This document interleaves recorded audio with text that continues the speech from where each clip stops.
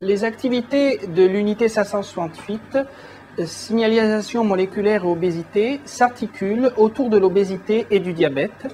Elle est dirigée par Yannick Lemarchand-Brustel.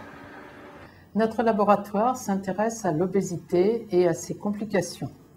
Le développement foudroyant de l'obésité au cours des dernières décennies en fait une véritable épidémie dont les conséquences sont redoutables.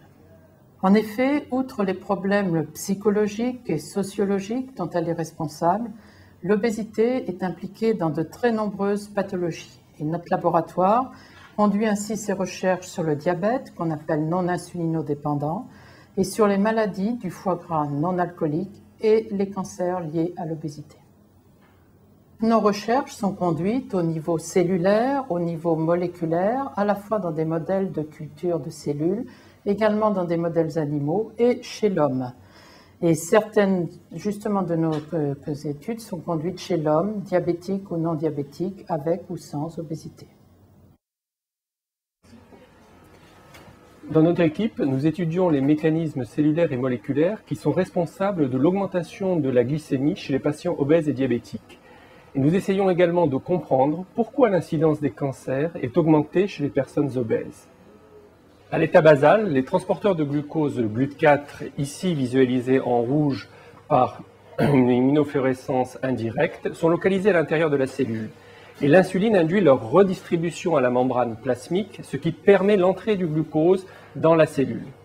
Nous étudions les événements moléculaires qui contribuent à cette redistribution des transporteurs de glucose à la membrane plasmique et recherchons les altérations des voies de signalisation de l'insuline lors de l'obésité et du diabète.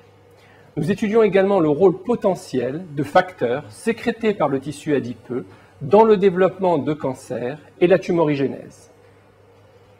Nous recherchons des marqueurs de la stéatohépatite, qui est une complication du foie gras, grâce à des techniques de pointe de biologie moléculaire. Ces marqueurs peuvent servir soit comme marqueurs diagnostiques ou au mieux de futures cibles thérapeutiques.